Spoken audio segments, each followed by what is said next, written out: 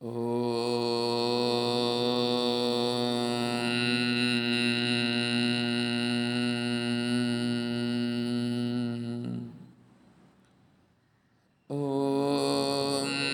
నమో బ్రహ్మాదిభ్యో బ్రహ్మవిద్యా సంప్రదాయకర్తృభ్యో వంశఋషిభ్యో మహద్భ్యో నమో గురుభ్యః. ఓం శంకారూపేణ మచ్చిత్తం పంకీకృతమభూద్యయా కిం కరేయస్య సా మాయా శంకరాచార్యమాశ్రయేత్. ఓం యుక్తాహారవిహారాయ వివిక్తస్థలవాసినే మలయాళయతీంద్రాయ బ్రహ్మనిష్ఠాయ తే నమః. ఓం సర్వమంగళమాంగళ్యే శివే సర్వార్థసాధికే శరణ్యే త్ర్యంబకే దేవి నారాయణీ నమోస్తుతే. ఓం నారాయణం నమస్కృత్య నరం చైవ నరోత్తమం దేవీం సరస్వతీం వ్యాసం తతో జయముదీరయేత్. ఓం సహనా భవతు సహనౌ భునక్తు సహ వీర్యం కరవావహై తేజస్వినావధీతమస్తు మా విద్విషావహై. ఓం శాంతి శాంతి శాంతి. హరి ఓం తత్సద్. ఓం శ్రీ గురుభ్యో నమః. పూజ్య గురుదేవులు తత్వవిధానంద స్వాముల వారి యొక్క దివ్యచరణారవిందములకు ప్రణమిల్లుతూ పరిపూర్ణ పరబ్రహ్మస్వరూపులకు ప్రియాత్మ బంధువులారా, ఓం. మనం ప్రశ్నోత్తరి విచారించుకుంటున్నాం. ఇందులో 11వ శ్లోకం. మీ దగ్గర ఇంకొకటి కూడా ఇచ్చున్నాను, ఇది ఉందిగా, అది కూడా రేపటి నుంచి తెచ్చుకోండి. దీంట్లో ప్రతిరోజు ఒక 3 గురువు గారి యొక్క ఆశీర్వాదములను మనము ఊరికే చెప్పుకొని తర్వాత మళ్ళీ వస్తాం. సరే, ఇప్పుడు ప్రశ్నోత్తరి. విద్యాహికా బ్రహ్మగతి ప్రదాయ బోధోహికో యస్తు విముక్తి హేతుః కో లాభః ఆత్మావగమో హి యో వై జితం జగత్ కేన మనో హి యేన.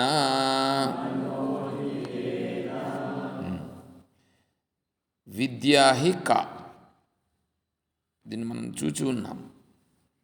తెలుసుకోవలసినది ఏది? తెలుసుకోవలసినది ఏది అని అంటే స్వరూపమునే తెలుసుకోవాలి. స్వరూపమును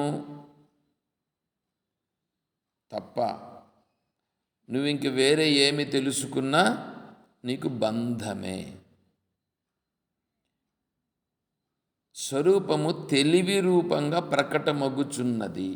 మన యందు తెలివి రూపంగా ప్రకటమగుతూ ఉంది. అయితే ఆ తెలివి ఏం చేస్తూ ఉంది? ఆ తెలివి విషయాల రూపముగా ఉన్నది. విషయాలతో కలిసి ఉందా లేదా? ఇప్పుడు ఇది పుస్తకం. పుస్తకం అని తెలిసిందిగా తెలివే ఇప్పుడు పుస్తకంగా తెలిసిందిగా. ఇప్పుడు మీరందరూ ఉన్నారు. తెలివే మీ రూపంగా తెలుస్తూ ఉందిగా. ఇది ల్యాప్టాప్. ఇది ల్యాప్టాప్ అని తెలివే కదా తెలుస్తుంది. ఇది చింత చెట్టు, తెలివే కదా తెలుస్తుంది. అంటే మీకున్న తెలివి ఏమవుతుంది? ఇక్కడ విషయాల రూపంగా తెలుస్తూ ఉంది. అవునా? తెలివి ఉంది. తెలివి విషయాలతో కలిసి తెలివి విషయముగా తెలుస్తూ ఉంది. అవునా? ఇప్పుడు ఏమైపోతుంది? తెలివిగానే ఉంది. తెలివి అంటే జ్ఞానముగా ఉంటూనే విషయములతో కలిసి విషయముల రూపంగా తెలియబడుచున్నది. ఇప్పుడు చూడండి, చతుర్ముఖేంద్ర దేవేషు మనుష్య అశ్వ గవాదిషు చైతన్యమేకం బ్రహ్మాతః ప్రజ్ఞానం బ్రహ్మమయ్యపి. చతుర్ముఖేంద్ర దేవేషు అంటే 4 ముఖములు కలిగినటువంటి బ్రహ్మదేవుని మొదలుకొని అక్కడి నుంచి దేవతలు, వాళ్ళకంటే కింద ఉండేటువంటి మనుష్యులు, వాళ్ళకంటే కింద ఉండేటువంటి పశువులు, పక్షులు, జంతువులు, తర్వాత కింద ఉండేటువంటి చెట్లు, చేమలు, ఇవన్నీ కూడా అన్నింటి యందు తెలివి ఉందా లేదా? తెలివి ఉంది. ఆ తెలివి ఉందే, ఆ తెలివి ఒకటే. అందరి యందు ఉండే తెలివి ఒకటే. అయితే ఆ తెలివి ఏమైపోయింది ఇప్పుడు? ఆ తెలివి విషయములతో కలిసి విషయ జ్ఞానముగా తెలియబడుచున్నది. విషయ జ్ఞానము. ఇప్పుడు మనిషి కనిపించినాడు, వీడు కొడుకు అని అంటున్నావు అంటే తెలివేమైంది? ఇప్పుడు కొడుకు జ్ఞానమైనది. భార్య జ్ఞానముగా తెలియబడుచున్నది. భర్త జ్ఞానముగా తెలియబడుచున్నది. అంటే తెలివి ఉన్నది, భర్త అనే జ్ఞానముగా మారి భర్త అనేది కూడా అక్కడ ఉన్నది. అక్కడ నిజముగా ఉన్నదేమిటి? తెలివి. ఇప్పుడు భర్త అనేటువంటిది ఏమైంది? దానిలో కలిసింది. ఇవన్నీ చూడండి. ఇప్పుడు తర్వాత అదే వస్తుంది. ఇప్పుడు మనం తెలుసుకోవలసినది ఇదంతా జ్ఞానమేగా. ఇదంతా జ్ఞానమే. శ్రీకృష్ణుడు గీతాచార్యుడు జ్ఞానమా తెలివియా?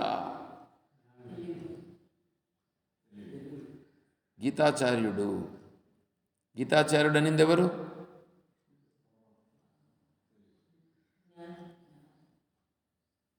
కొడుకు అన్నావు కదా. కొడుకు అన్నప్పుడు ఎవరున్నారు అక్కడ? తెలివి ఉంది,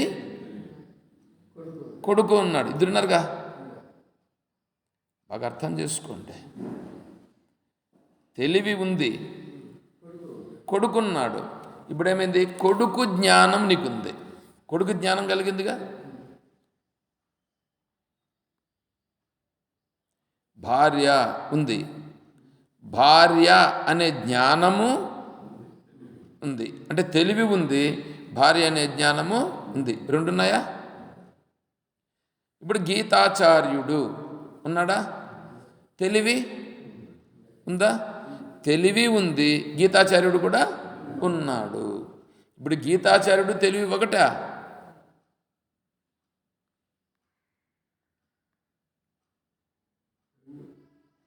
రెండు. గీతాచార్యుడు తెలివి కాదు, తెలివి యందు ప్రకటమగుచున్నవాడు. బాగా గుర్తించండి. తెలివియందు గీతాచార్యుడు ప్రకటమగుచున్నాడు. ఇప్పుడు గీతాచార్యుడు సత్యమా, తెలివి సత్యమా? తెలివి సత్యం. తెలివి సత్యం. కాబట్టి తెలివి సత్యం. గీతాచార్యుడు అక్కడ ఉన్నాడు, జ్ఞానమునందు ప్రకటింపబడుచున్నాడు. ఇప్పుడు ఈ విషయాలన్నీ తెలుస్తున్నామే, ఇవంతా జ్ఞానము. ఇదంతా జ్ఞానము. ఈ తెలుసుకునే తెలివి ఉందే, ఆ తెలుసుకునే తెలివిని తెలుసుకుంటే, బ్రహ్మగతి ప్రదాయ, దానిని తెలుసుకుంటే నీవు బ్రాహ్మీ స్థితిని పొందుతావు. మనము దేన్ని తెలుసుకుంటున్నాం? తెలివి ఉంటూ తెలివితో వేరే వాటిని తెలుసుకుంటున్నామా, లేక తెలివిని తెలివిగా తెలుసుకుంటున్నామా? ఎంతవరకు తెలివితో వేరే వాటిని నువ్వు తెలుసుకుంటుంటావో అంతవరకు నువ్వు ఆ విషయముల యందే ఉంటావు. అంతవరకు నీవు జన్మ మరణము పొందుతూనే ఉంటావు. బ్రహ్మగతి ప్రదాయ. బ్రహ్మగతి అంటే బ్రాహ్మీ స్థితి. బ్రాహ్మీ స్థితి నీకు కలగాలంటే, బ్రాహ్మీ స్థితి చెప్తా, బ్రాహ్మీ స్థితి నీకు ఎప్పుడు కలిగితే అప్పుడేమవుతావు? ఈ బయట ఉండేటువంటి విషయాలకు సంబంధించినటువంటి విషయములు తెలుస్తూ ఉన్నా ఇది కాదు, బ్రాహ్మీ స్థితి సత్యం, బ్రాహ్మీ స్థితి సత్యం అని నువ్వు బ్రాహ్మీ స్థితిలో ఉంటావు. అలా వచ్చినప్పుడు నీకు విడుదల అంటే మోక్షము. అదే మోక్షం. మోక్షం అంటే ఇంక వేరేదేం కాదు. గుర్తిస్తే అలా ఉంటే, గుర్తించాలి, మొదట గుర్తించాలి, తర్వాత అలా ఉండుట, అంతే. అలా ఉండుట అంటే తెలివిగా ఉండుట, అంతే. అప్పుడేం కళ్ళు తెరుచుకోకుండా ఉండవు, చెవులు పని చేయకుండా ఉండవు, ఉంటాయి, కానీ తెలివిగా మాత్రమే ఉంటావు. చెప్పండి విజయమ్మ గారు. జై శ్రీకృష్ణ సార్. హరిబో సార్, ఇప్పుడు తెలివి జ్ఞానం ఒకటేనా, వేరువేరా? జ్ఞానమునే మనము తెలివి అని అంటున్నాం. తెలివియే జ్ఞానం, తెలివియే జ్ఞానం. మనకు అర్థమయ్యేదానికి చెప్తున్నాం. అది తెలివి జ్ఞానం రెండు ఒకటే. సరే సార్. జ్ఞానముగా ఉండుట అంతే. నువ్వు గమన కూర్చొని ఉన్నావు, ఇప్పుడు గమన కూర్చొని చూస్తున్నామండి, ముందుండేట్టు కనిపిస్తుంటాయి, ముందుండేట్టు కనిపిస్తున్నాయిగా, ఇది తెలివి. ముందుండేటివి కనిపిస్తున్నాయి, ఇది తెలివి. ముందర నాకు చంద్రశేఖర్ స్వామి ఉన్నారు, ఇది జ్ఞానం, జ్ఞానమే, తెలివే. కానీ ఏమైంది? తెలివేమైంది? విషయము రూపంగా మారిపోయింది. తెలివిగా ఉందా? తెలివిగా ఉంటే చూస్తుంటుంది, అంతే. ఉండేటివి తెలుస్తూ ఉంటుంది, అంతే. దానికి పేరు పెట్టి పలానా అన్నవా? విషయ రూపంగా మారిపోయింది. విషయ రూపంగా మారిపోయిందా? దానితో సంబంధపడిపోతావు. దాంతో సంబంధం పడిపోయినావా? బంధింపబడిపోతావు. చంద్రశేఖర్ స్వామి, వాళ్ళ ఇంట్లో మేము ఉంటిమి, వాళ్ళు చాలా బాగా చూసుకున్నారు, వాళ్ళు చాలా మంచివాళ్ళు అంటే ఇప్పుడు ఏమైంది? గౌరవప్రదం వచ్చిందా? అంటే వారిపైన గౌరవప్రదం వచ్చింది. వేరే వాళ్ళ మీద, వీళ్ళు ఇట్లాంటి గౌరవమైన వాళ్ళు కాదు వేరే వాళ్ళు అని వచ్చిందిగా, అంతే కదా. అంటే తెలివిలో నీకు వేరే భావాలు వచ్చేసాగా. అలా కాకుండా నువ్వు జస్ట్ చూస్తున్నావు, అది తెలివి. జస్ట్ అంతే తెలివిగా ఉన్నావు. తెలుస్తుందా లేదా? ఇప్పుడు మీరందరూ తెలుస్తున్నారు లేదా? ఏమీ లేదు, ఏం వికారం లేకుండా ఉండుట. అర్థమవుతుందా? అలా ఏదైతే ఉన్నదో దానిని తెలుసుకోవాలి. దానిని ఎవడు తెలుసుకుంటాడో వాడు బ్రహ్మగతి ప్రదాయ, వాడు బ్రహ్మగతిని పొందుతాడు. బ్రహ్మగతి అంటే బ్రాహ్మీ స్థితి. బ్రాహ్మీ స్థితినే మోక్షము అంటారు. అది పొందుట కాదు, అది తెలివిగానే మనం సహజంగా ఉన్నామా లేదా? ఉన్నాం. ఇప్పుడు తెలివిగా ఉండుట ఎట్లు? మళ్ళా ఇక్కడ కింద బోధోహి కో. ఇప్పుడు ఆ తెలివిగా ఉండుట ఎట్లా? ఏందా బయట ఉండే విషయాలను తెలుసుకోవాలంటే మనము ఏం చేస్తాం? ఇప్పుడు ఆకాశంలో చంద్రుని పైన పలాంది అన్నాం అనుకోండి. ఇప్పుడు చంద్రుని పైన ఫ్లాట్స్ వేస్తున్నారు. ఫ్లాట్స్ని మీరు రిజర్వేషన్ చేసుకోవచ్చు.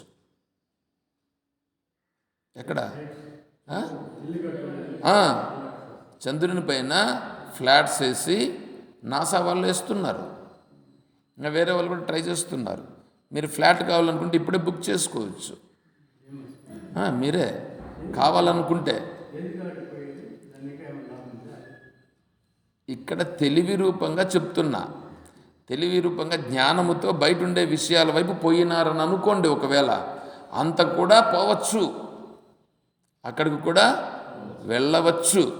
కానీ దాని వలన నీవు విముక్తిని పొందుతావా? అది గుర్తించాల మనం, అది గుర్తించాలా. నేను చంద్రుని పైన ఫ్లాట్ రిజర్వ్ చేశానండి అని ఇక్కడ మనం అడ్వర్టైజ్ చేసుకోవడం కాదు. అడ్వర్టైజ్ చేసుకుంటే కూడా నువ్వేం చేస్తున్నావయ్యా? బయట విషయాలలో ఉన్నావు అంటే అర్థమవుతుందా? చూడండి ఎట్లా ఉందో. ఇది బహిర్జ్ఞానము, బాహ్య జ్ఞానము. ఇది ఆత్మజ్ఞానం కాదు, ఇది ఆత్మజ్ఞానము కాదు. తెలివిగా ఉండుట నిజమైన ఆత్మజ్ఞానం. ఏమంటే తెలివిగా ఉండుట అనేదానికి నేను తెలివిగా ఉండాలనంటే ఇప్పుడు ఈ తెలివిలో ఈ విషయాలన్నీ ప్రకటింపబడుచున్నాయి కదా. ఈ తెలివిలో ఈ విషయాలన్నీ ప్రకటింపబడుతున్నాయా, లేక నువ్వు చెప్తా ఉండే తెలివి ఉందని నాకేం గ్యారంటీ? నువ్వు చెప్పిందని నేను ఎందుకు వినాలా? అది ఉందో లేదో నేను ఎట్లా తెలుసుకునేది? చూడండి ఎట్లా వస్తుందో. ఎందుకంటే ఇట్లా అడిగే వాళ్ళు సహజంగా ఉంటారు. ఎందుకంటే బయట కనిపిస్తూ ఉండేటువంటిది నాకు బాగా తెలుస్తూ ఉంది. బయట కనిపిస్తున్నది బాగా తెలుస్తూ ఉందే లేదా? నాకు బాగా తెలుస్తూ ఉంది. ఆ తెలుస్తూ ఉండేదాన్ని పట్టుకుంటే నాకు చర్మానికి ఒక విధమైనటువంటి హాయిదనం తెలుస్తూ ఉంది. స్పర్శ వలన హాయి ఉందా లేదా?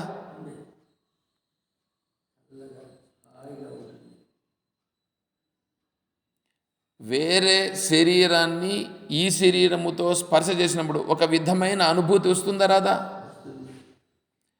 ఇంత అనుభూతి కలుగుతూ ఉంది. కండ్లతో నేను రూపాలు చూస్తూ ఉంటే ఆహా ఎంతటి చాలా బాగున్నారు వీళ్ళు, ఎంత హాయిగా ఉంది. వాళ్ళతో మాట్లాడుతూ ఉంటే ఎట్లుంటుంది? ఎంత బాగుంటుంది. చెవులతో వాళ్ళు మాట్లాడుతూ ఉంటే మాటలు వింటూ ఉంటే ఎంతో బాగుంటుంది. టైం తెలియటలేదు. ఆ టీవీ ముందర కూర్చుంటే ఆ రూపాలన్నింటిని చూస్తే ఎంతో బాగుంది. చూడండి ఎట్లా ఉందో. నాలుక పైన రుచి పెట్టుకుంటే ఎంత బాగుంటుంది. తింటూ ఉంటే ఇంకా తింటూ ఉందామని అనిపిస్తుంది. మరి ఇట్లాంటివన్నీ మాకు బాగా కనిపిస్తుంటే నువ్వెందుకు తెలివిగా ఉండాలని అంటావేంటయా? మేము తెలివితోనే కదా ఇప్పుడు అన్నీ చేస్తున్నాం అని అంటారు. తర్వాత మీరు రోజు పారాయణం చేస్తున్నారుగా, పారాయణము చేస్తూ ఉండేది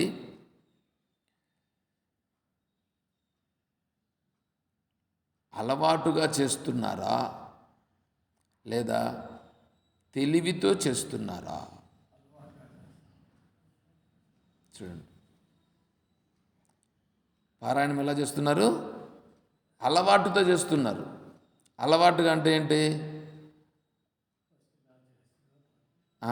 అలవాటుగానంటే ఓం శ్రీకృష్ణ పరబ్రహ్మణే నమః శ్రీమద్భగవద్గీత సప్తదశోధ్యాయ, అంతే కదా.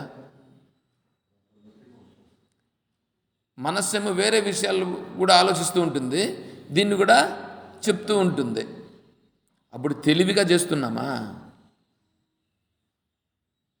స్వమాత్మని స్వయం తృప్త స్వమాత్మానం స్వయం చర అని ఉంటుందాడా. ఒక్కరోజు కూడా కరెక్ట్గా చదవట్లేదండి మీరు. నేను గమనిస్తున్నా, నేను చెప్పించినా కూడా. ఎందుకు తెలుసా? మీరు దానిని తెలివితో గుర్తించుటలా, అలవాటైపోయి అలవాటుగా చెప్తున్నారు. అలవాటుగా చెప్తున్నారు కానీ దాన్ని తెలివితో చెప్పుతాము అంటే నేను చూస్తూ ఇప్పుడు నేను దీన్ని చదువుతున్నాను, ఇప్పుడు నేను ఇక్కడ ఉన్నటువంటి దాన్ని చెప్తున్నాను, ఇక్కడ ఉన్నదాన్ని చెప్పుతూ అందులో ఉన్నటువంటి అర్థాన్ని కూడా నేను గుర్తిస్తూ చెప్తున్నాను. లేదే, అలా చెప్తే అది తెలివితో చెప్పుట, లేకపోతే అలవాటుగా చెప్పుట. అలవాటుగా చెప్పేదాని వల్ల ఎట్లుంటుందంటే భీముడు కూర్చొని ఉన్నాడనమాట. రాత్రి అందరూ పడుకున్నారు. భీముడు ఏం చేస్తానంటే సౌండ్ వస్తూ ఉంది, కొరుకుతూ ఉన్నట్లుగా సౌండ్ వస్తూ ఉంది. టక టక టక అని కట్టకట్ట ఏదో సౌండ్. ఇది అర్జునుడు విన్నాడు. ఏంది సౌండ్ వస్తుందని చెప్పి లేచి చూశాడు. చూస్తే భీముడు చేతిలో ఎందుకు పెట్టుకొని తింటున్నాడు. కాదన్నయ్య, చీకటిగా ఉంది, చీకట్లో నువ్వు తింటున్నావేంటి? వెలుగన్నా ఉండాలి కదా, నోట్లో పడాలి కదా అంటే, నోట్లో పడాలి కానీ చీకట వెలుగు అనేది మనకు అవసరమా అందన్నాడు. మరి ఎట్లా పడుతూ ఉందనంటే మామూలుగా తినేది కదా అలవాటుగా తినేది కాబట్టి దీన్ని నోట్లో ఇట్లా వేస్తే నోట్లో పడుతుంది. మీకు అలవాటు ఉందా లేదా? అదే టీవీ చూస్తూ తింటూ ఉంటారు. ఏడ పెట్టుకుంటున్నాం అనేది ఉందా? కరెక్ట్గానే పెట్టుకుంటున్నారు లేదా? అది అలవాటు అయిపోయింది. అలాగే భీముడు కూడా అలవాటుగా వేసుకుంటున్నాడు, అంతే తింటున్నాను అన్నాడు. అప్పుడు అర్జునుడికి కలిగింది ఆలోచన, అరే చీకట్లో ఈయన తినగా లేనిది నేను చీకటిలో లక్ష్యాన్ని ఎందుకు ఛేదించకూడదు? చూడు ఎట్లా మార్చుకున్నాడు అర్జునుడు. అంటే లక్ష్యాన్ని ఎంచుకునే దానికి ఎదురుగా జరిగిన సన్నివేశాన్ని తనకు అనుకూలంగా మార్చుకుని తను ఎలా చేసుకోవాలో దాన్ని మార్చుకున్నాడు. అంటే దాన్ని అలవాటు చేసుకున్నాడు. అంటే రాత్రిలో కూడా బాణప్రయోగమును చేసే సామర్థ్యాన్ని సంపాదించుకున్నాడు. అది అలవాటయింది.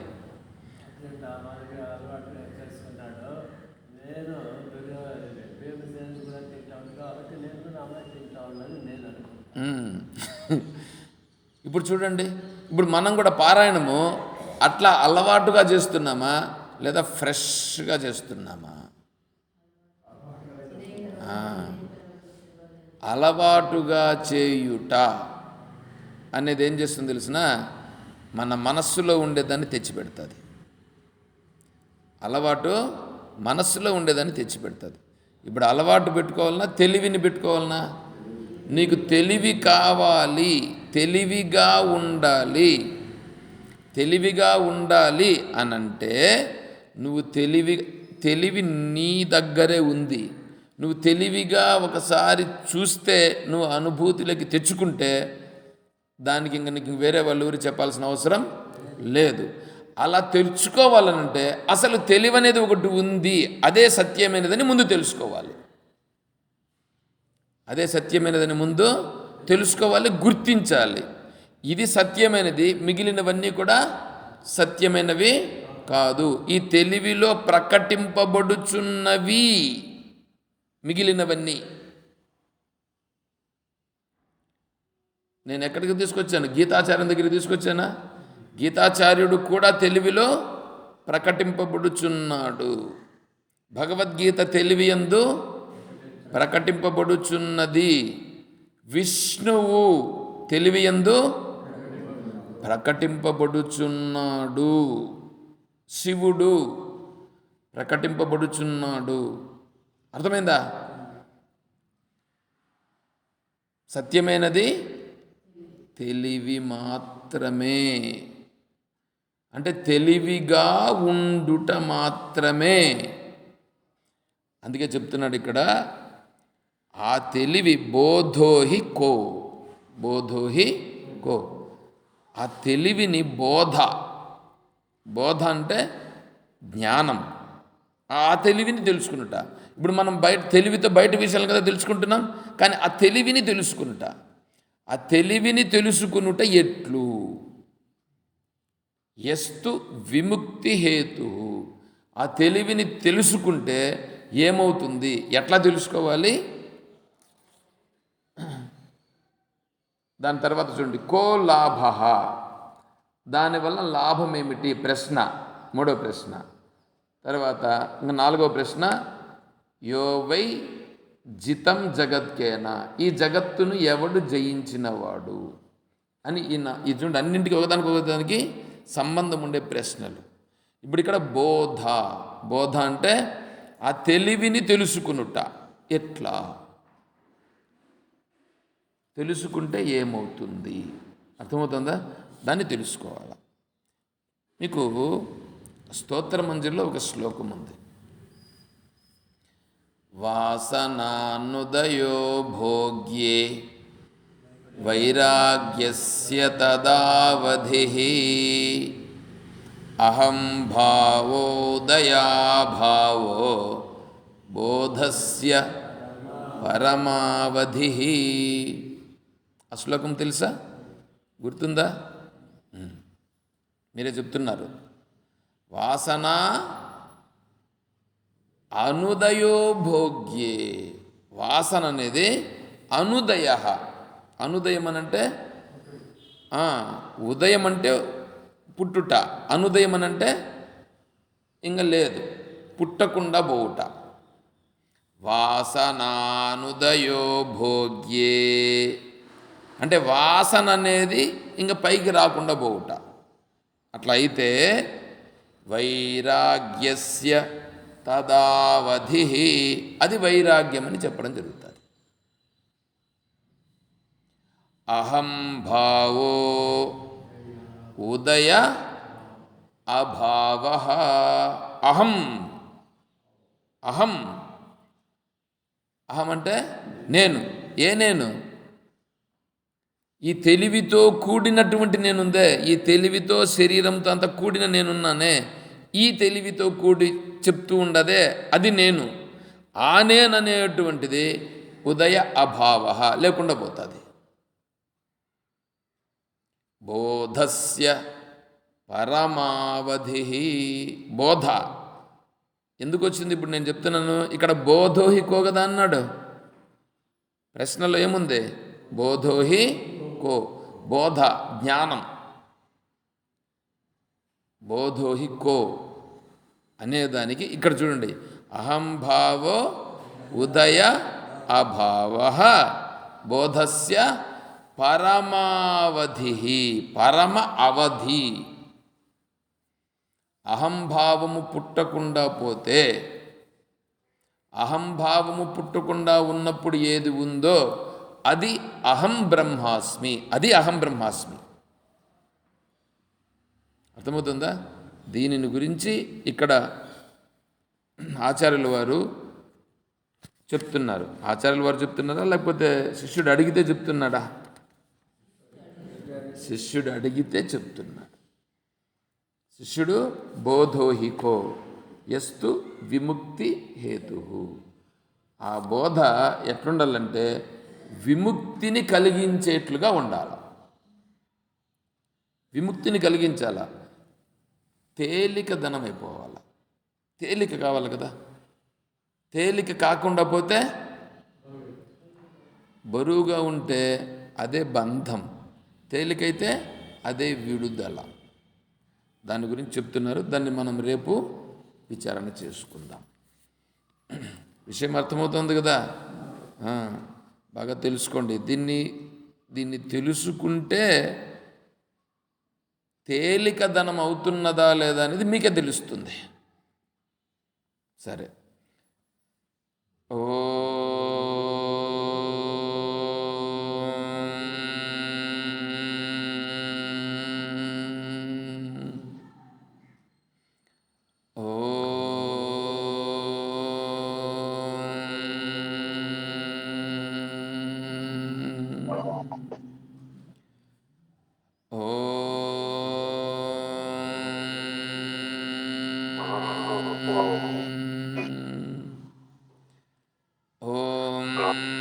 असतो मा सद्गमय ॐ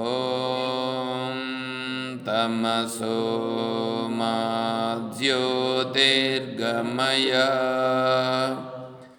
ॐ मृत्योर्मा अमृतं गमय शान्तिः शान्तिः शान्तिः। हरिः ॐ तत्सत्। ॐ सर्वं श्री सद्गुरुचरणारविन्दार्पणमस्तु। ॐ जय बोलो श्री कृष्ण परमात्मा की जय। बोलो गीता माता की जय। बोलो भक्त मंडली की। हर नमः पार्वती पतये।